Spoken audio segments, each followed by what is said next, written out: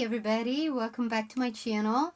So today I want to go a little bit into the Aquarius full moon coming up July 29th, okay? There's two things I want to point out about this full moon. The first one is 666, which means realign. And why does 666 mean realign, you guys? Because you have your, I'm going to say past, present, future. The past is okay, so this is just what comes through for me.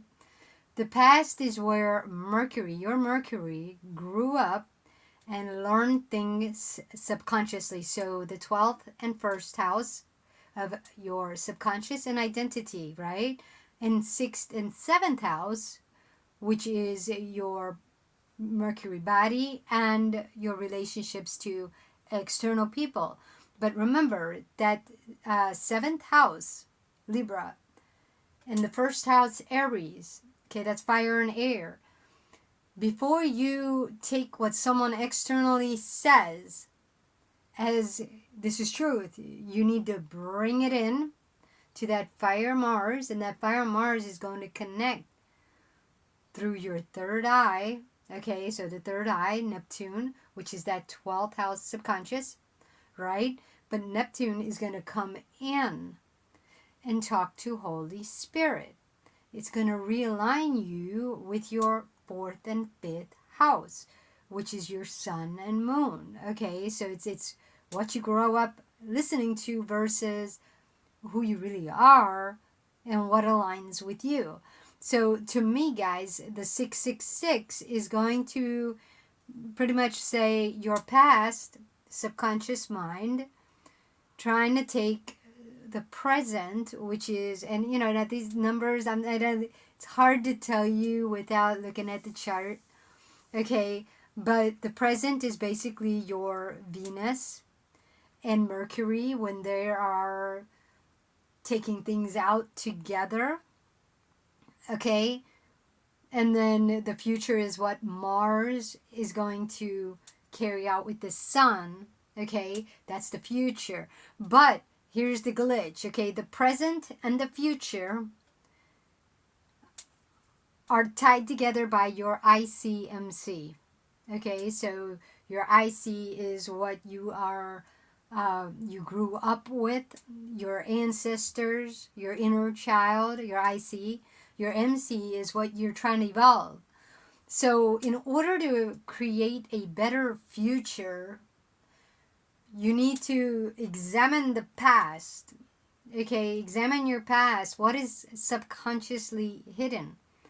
Okay, that goes against your Venus values. Because if Mercury is running with Venus, but using her rather than listening to her, this is where the body is going to show sickness and drain and all kinds of problems. Okay, so this Aquarius moon, guys, has a 666 and it has a 444. Now when I show you the chart, and this is not going to be the chart reading, I'll go ahead and go into the chart reading in another video, but today I want to reveal the shadow around the Aquarius full moon, because like I said, with 666, the 6th degree, and that's why I say 666, this Aquarius full moon is at 6 degrees 30 minutes, and it is in opposition to the sun in Leo, 6 degrees 30 minutes. However, the other 6 is Jupiter in Leo, which is in opposition to your moon, but conjunct the sun.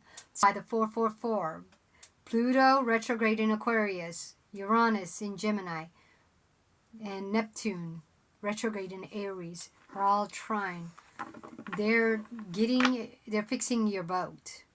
They're fixing the fact that, and when I do my shadow reveal, guys, Pluto's at the bottom, Uranus is at the top, Venus is in the middle, Saturn is on the left, and Jupiter's on the right. The reason being is because, keep in mind, guys, Saturn is supposed to be your goals. It is it ties to processing your feelings and then moving your sun with confidence forward. Okay, and that's where Uranus comes from, okay, at the top. But the reason if Pluto at the bottom is not processing emotions, but rather running on fear, Pluto is going to take your goals and your relationships, tie it to an external shadow, external fear, and use Uranus to produce something with those spirits. And that's why chaos, Uranus, the harsh truth. Okay, Uranus is supposed to actually be your radical freedom. Pluto is your power. But if you're running on fear and shadow, then it's completely twisting your true gift and using it for its own purpose. For the Aquarius full moon,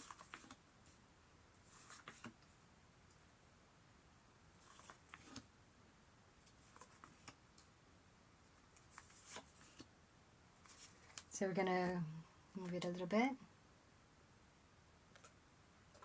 Okay, so the shadow for the Aquarius full moon is Queen of Cups.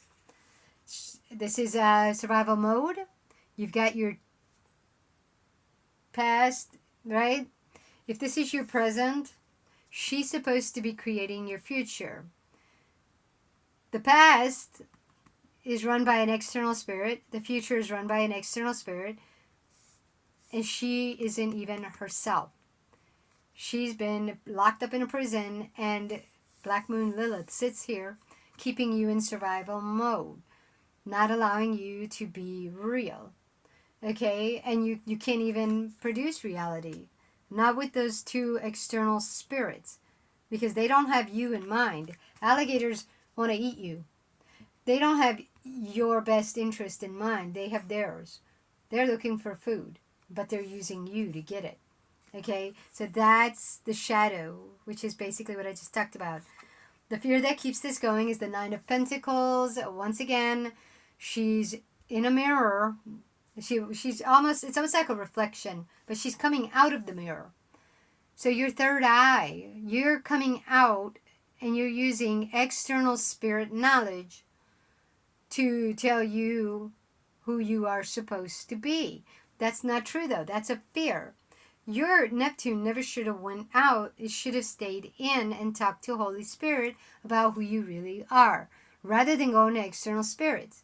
External spirits are anything out there, guys. When your mom and dad tell you that who you are is no good, and you need to do what we tell you, okay, like me. When I was a kid and I wanted to be, a mechanic, I wanted to go to wood shop, I wanted to learn all that other stuff. I was told, no, you're a girl, you need to go and be an office assistant. So now I had a fear that who I was not good, because somebody's fear of me being a dyke told me that my idea, my queen, my Venus is wrong. But keep in mind, guys, that a girl who wants to take shop, auto mechanics, is not necessarily going to become a greasy mechanic. She could become an inventor of a new way of having a car work that is safer for the environment, because she's tied to nature. The feminine energy is more Mother Earth and Gaia than it is that man doing. Okay, so this is where fear causes you to judge things rather than allow it to flow, because believe that Holy Spirit is guiding you for a reason. So this is where I'm telling you, you guys, growing up with parents who were so afraid of me becoming a witch or a dyke, or, and I say dyke, but not in a bad way, guys. It's just, my parents had a fear of that, right? And so back in the 80s, that's what we used to say. But long story short, it derailed me so bad that now I keep choosing things based on external spirit, hoping it's going to connect to who I really am. But instead, no. It's not even bringing abundance for me. It's feeding those alligators. So that's that fear that keeps it going. And then the harsh truth. Oh yeah, Nine of Swords.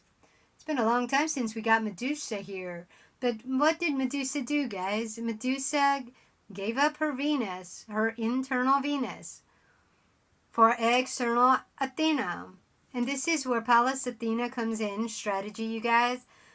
Is the harsh truth is you start strategizing your life based off of external spirit. You use Pallas Athena. But when she betrays you, you become Medusa. You start going against the world. Oh, I rage, I'm going to kill this person. I'm going to shoot up this school. Excuse my language. We are not going to do that. But that's where Medusa comes out in the collective. Okay, is because we relied on an external spirit voice, thinking it was going to feed us, but when it didn't, we ended up turning everybody to stone, okay, as a protective mechanism. So now the relationship, practical application to realign your goals is the Seven of Wands, okay, which means let go of all the external spirit connection that is giving you stuff, okay, because the wands are where you take your Saturn ties to the moon, and you take what somebody said and you use your moon to create magic for yourself in the collective. You want to get stuff. Okay, and the way that would show up, guys, is if you say, well, I want to be rich, so I'm going to work myself to the bone, right? And then I'm going to get the money and buy a mansion and all this other stuff, and then I'm going to go on vacation. But here's the problem, your body isn't wanting to do it anymore. And so now you thought you were going to get your goal, but you can't even go anywhere because you're using all that money for the doctors. Okay, so that's what the realignment practical application is, to realize that your body needs to go with your mind. So if your mind has a lot of fear, process it. Process anything around your goals that is showing up in your body. Okay? And the relationship to self that needs to heal is justice. But this is, check this out, guys. This is the 9 card, right? I think it is 10, 11. It might be 11. It could be 11. But the main point, I'm not a Roman numeral number reader. Yeah, it's 11. The main point here, guys, is Black Moon Lilith. You need to process the shadows around your moon. Everything your third eye brought in for you needs to be processed with Holy Spirit. And you need to let go of these 2 birds. You need to open your eyes, because the key to the soul is through the eyes. So it's time to realign with your soul, your spirit, the moon and the sun, in order to create on the earth your true goals rather than witchcraft and sorcery. Okay? So that's all I have for today, guys. I hope this was beneficial. Sorry it's so long. I'll see you next time. Take it easy. Ciao.